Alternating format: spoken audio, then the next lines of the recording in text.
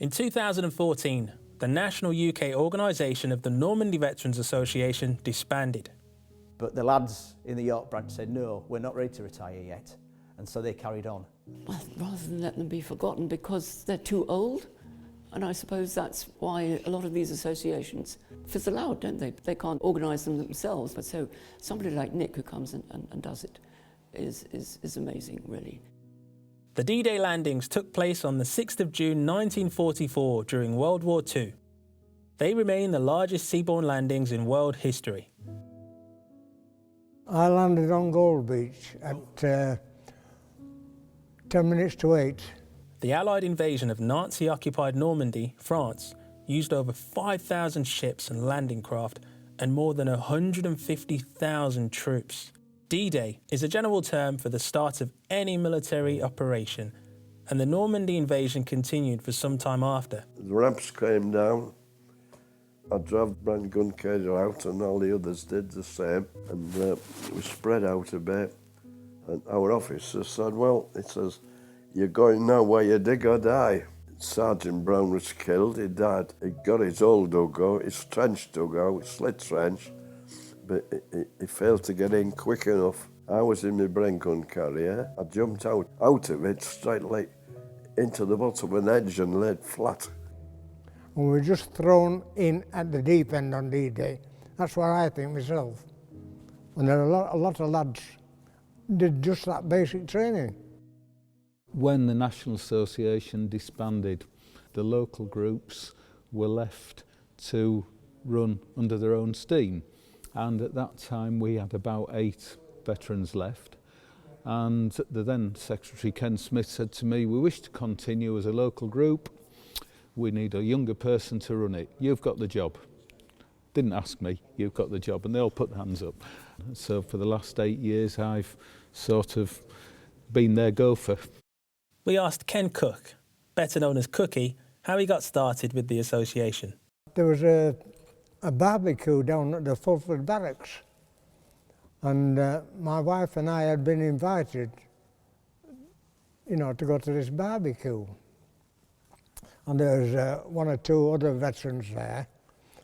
And we were sat talking to these 2 veterans, and one of them said, was you in the army like? I said, yes, I said, well, was in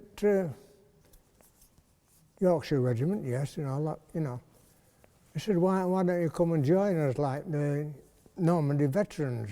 At the heyday, the York Normandy Veterans had around 70 members. When I became involved with them, we had around about 15. And as you would expect, due to their age, very sadly, the numbers have diminished. And we were down to 5 when Helena Fox wrote the wonderful play Bomb Happy. And very soon after the play had been written, we lost another veteran, and we were down to 4. And then, strange as it may seem, we found Flying Officer Douglas Petty, our first RAF member.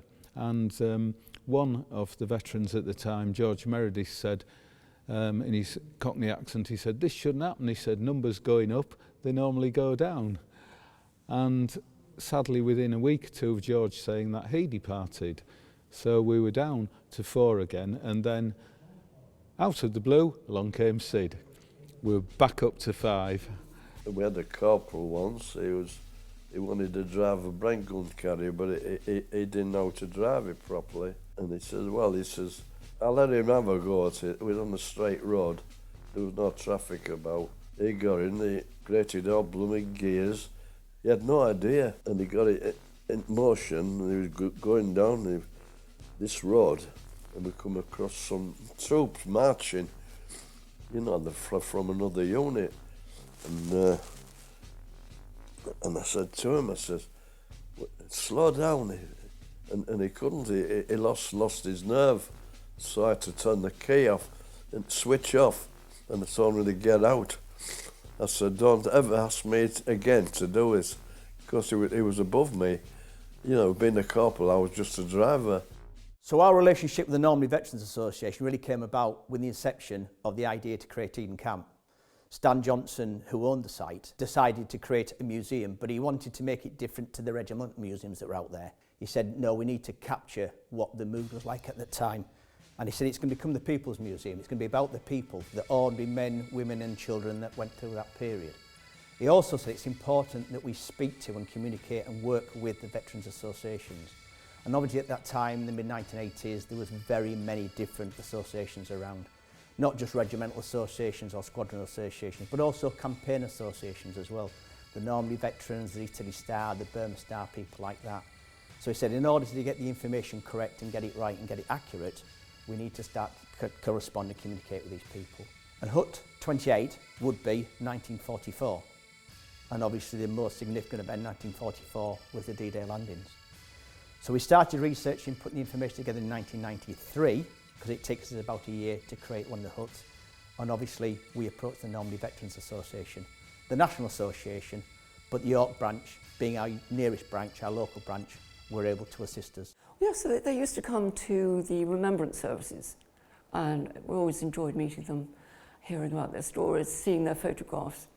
But I didn't get to know Sid until 2019 through St Lawrence's Church, and I was involved with organising a social evening, and Nick said I could get the Normandy Veterans to come and talk. I said, fantastic. It was the 75th anniversary of D-Day that year, and so several of them came, and I think it was the first time that Sid had really talked about his experiences in public, and it was so fascinating. To hear their stories firsthand was extraordinary.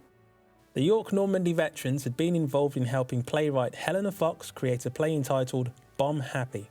We asked Rachel about the Veterans Trail, which Helena created for Yorkshire Air Museum shortly after the play had been completed. I was so impressed with Bomb Happy and loved that, and I wanted to do something here, and then the pandemic struck.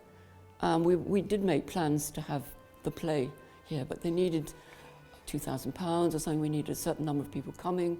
We were talking about going to schools and taking the veterans to schools, and then 2020, 21, you couldn't do any of that. So this was another way of bringing the veterans to the museum. Photographs, listen to them, and I think it's a lovely idea. As you go around, got their photographs, you've got their voices, and they'll be here forever, I hope. The COVID-19 pandemic disrupted many plans, but as restrictions relaxed, York Normandy Veterans were keen to remain involved with their local friends and museums, as Nick Hill at Eden Camp Modern History Museum explains. So unfortunately, because of COVID, we weren't able to host our All Services Parade in 20 or 21. We were back open in 21, but because of restrictions, we didn't think it was sensible to bring large groups of people together. But we got a call from Nick Beilby, who said, oh, you're open again, and it would have been your September parade, your All Services Parade, and the lads are keen to come down and show their support. So we said, yeah, we'd be very honoured, very proud. We arranged for them to come down in September, and we thought, well, hang on, the fact that they were providing us with their support all the way through COVID, we should do something to mark their visit. So we decided to have a mural commissioned, and it was one of the local trades guys who'd been helping to restore and renovate a lot of our buildings whilst COVID was going on. And Phil, his hobby is art, and that's what he loves to do. So we said, look, Phil, do you think you can produce a mural in tribute to the York branch of the Normandy Veterans, the members that are still left? We gave him some photographs of the members, and he used those to create the mural. As you can see it today, and on that day, unfortunately, only two of them could make it. It was Sid and Ken. They're the only two of them that were fit enough to come down. Sid and Ken didn't know anything about it, and they arrived, and we sort of said, right, come on, we'll go and have a cup of tea first. But we've got a little presentation to do, and we had a gazebo over the top of the mural. The mural was covered in a Union flag, and sat them both in front of it, and neither of them still didn't know what was happening until we got the guy, Phil. We dropped the Union Jack, and both of them were speechless. Even Ken was speechless, and you know what Cookie's like.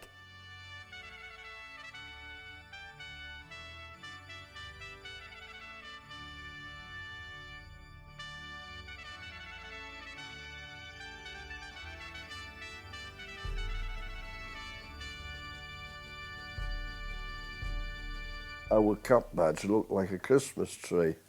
It had an arrow pointing in the middle that represented the spearhead of the attack and the lightning side of each part of it was speed we worked at, and it had reconnaissance corps written at the bottom, and we didn't realise what kind of work we were doing. And when it all boiled down, it meant we were in front of everybody. You know, we were forsaking the enemy, like in a kind of spying in a way. I was a Bren gun carrier driver, that was my job. I had a crew of 4. One was an NCO and others were just ordinary troopers, you say. And they didn't call us private, we were troopers. And we worked in squadrons. One evening, in summer it was, and they said, right, I want all the Yorkshire lads to sing their songs, Lancashire lads to sing theirs, and the Geordies to sing their songs. And our Major Getskill, he was listening to us, and so we said, we want you to sing now, Major. And he says, yes, he says, I will. And he sang a song in French. He was a well-educated chap. And he sang it, and the song was Chateau-André, if you've ever heard of it. And he sung it pretty well. Next day, he was looking through binoculars in his armoured car, and a bloody motor bomb came over, and it exploded outside of him and killed him. It shot and cut him underarm. He bled to death, and it was a big loss to us. Sid Metcalfe is typical of many veterans who leave it until later in life to open up about their memories. Well, my first memories of Sid were at the York Army Museum in October the 18th. Linda had contacted Forces Support North saying that her dad was very down and could they help? And the lady at Forces Support North said, you need to talk to Nick. And Linda did, and he came to the Army Museum, and I remember him sitting there looking very quiet, and I thought, got an interesting fella here. And I said, hello, I'm Nick. And he said, I'm Sid. And we started to chat, and very quickly he got his photographs out. So I said, bring your photos, and he started to talk. And he had a lovely day, and that was really the start of Sid's adventure with us, really. Well, I first met Sid at the Army Museum in York, in Clifford Street. I said to Carl, I said, Sid was in the reconnaissance corps. Well, Carl started talking to Sid, and he was there for about 2 hours with Sid, talking about the reconnaissance corps. And that's how we first knew Sid. Then he started coming to our meetings at Huntington Club. We had to go and look at a bridge that was blown, a railway bridge. And it crossed the river Meuse. The Germans had cut it in the middle with explosives. We went to see if it was possible for engineers to be able to make something to get over it. On the way back, we got bloody ambushed. That spotted us, and they fired machine gun through this edge, like an off-on edge thing. You know, same edge to what they have in Britain, and they travelled that way and missed me and killed George. It was only the only side of me. It could have been me. In March 2010, Sid Metcalfe visited the grave of his fallen comrade, George W. Fox, in Merlo, Holland. And we put up a hell of a fight. You threw in Mills bombs over, and they were throwing their tatey mashers at us. Anyway, next thing we looked, there was a couple of Germans around the corner with the machine gun. But little Tommy, he escaped. How he got away, I don't know. Unless he was hiding somewhere, but he got the information back, which was vital.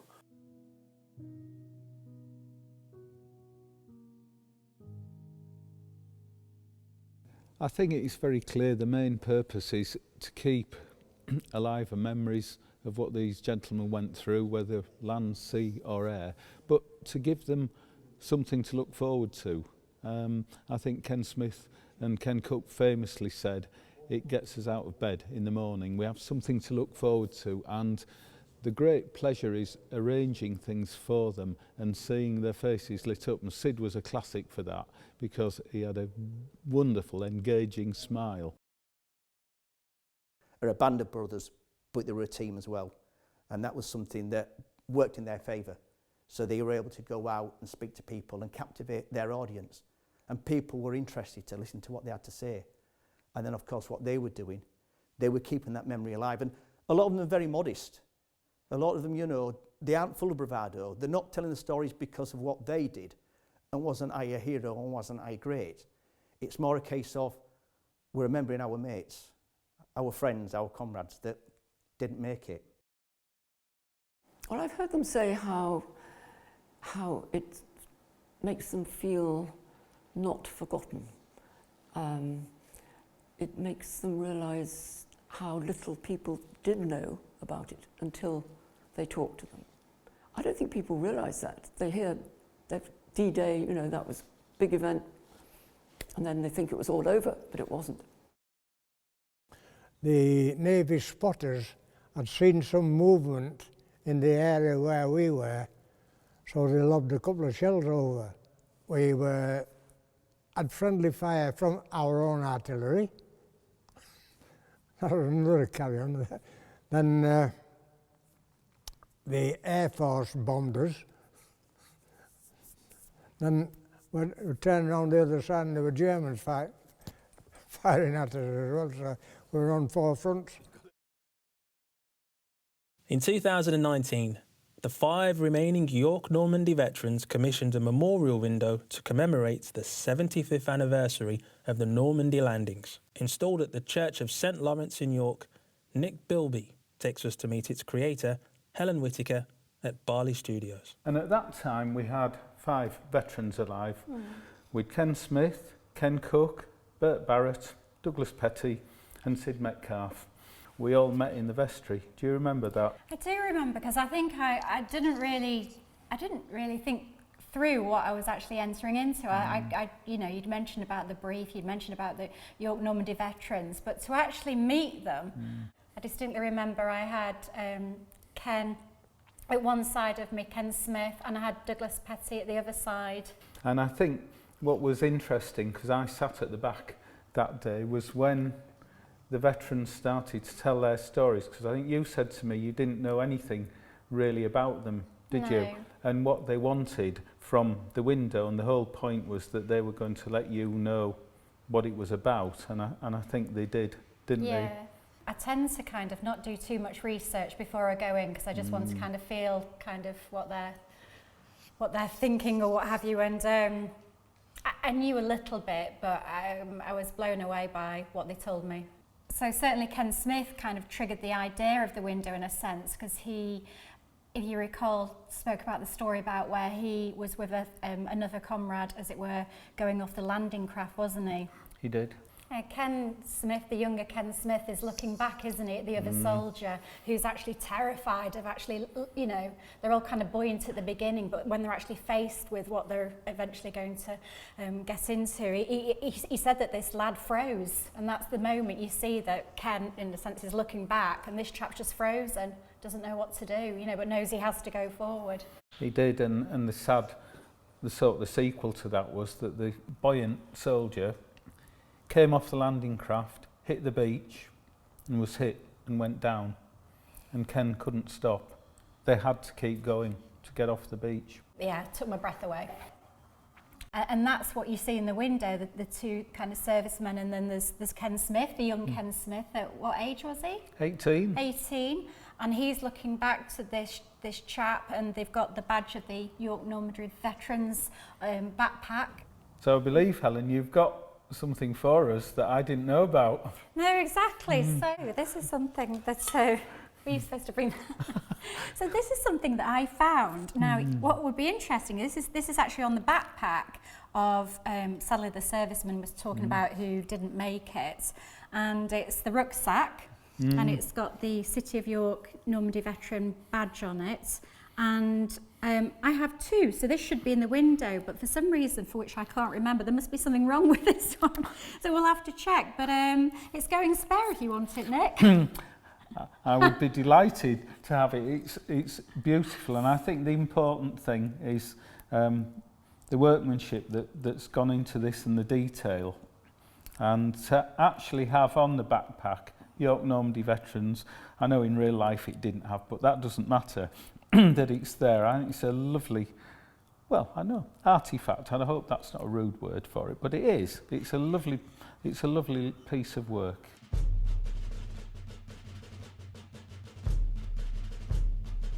With the help of my actual granddad, I started filming with Grandad Sid in 2019. My granddad Sid didn't really open up properly about his painful wartime experiences until 2019. He tells his story with other veterans here at Yorkshire Air Museum, and their memory is preserved in Hut 28 at Eden Camp Modern History Museum. I always referred to Sid as Grandad Sid. He in fact was my great-granddad. In his last few years, York Normandy Veterans gave Grandad Sid a purpose. Gave him people to talk to that had experienced similar things, peers he could respect and heal with. It was Grandad Sid's wish that I completed this film, so here it is, not exactly how either of us intended. Great Grandad, rest well, sir. You did your duty and you made us all proud. Without those like you who served to make us all free from tyranny, I don't know where we'd be. My involvement with the York Normandy Veterans is one of those things, and it's, without any shadow of doubt, one of the best things that I've ever done in my life. They ask us why we do it, why we still parade. Now we are getting older and just a little frayed. It's not for the sake of glory or the medals on our chests. It's simply we are comrades who stood the final tests. On the 6th of June, that fateful day, a day we will never forget, many a lad laid down his life and paid the final debt. So when you see a veteran, give the man your hand, for those medals on his chest were won in a foreign land. And when God asks the question, "Who are you, my man?" I will proudly answer, "Sir, I am a veteran."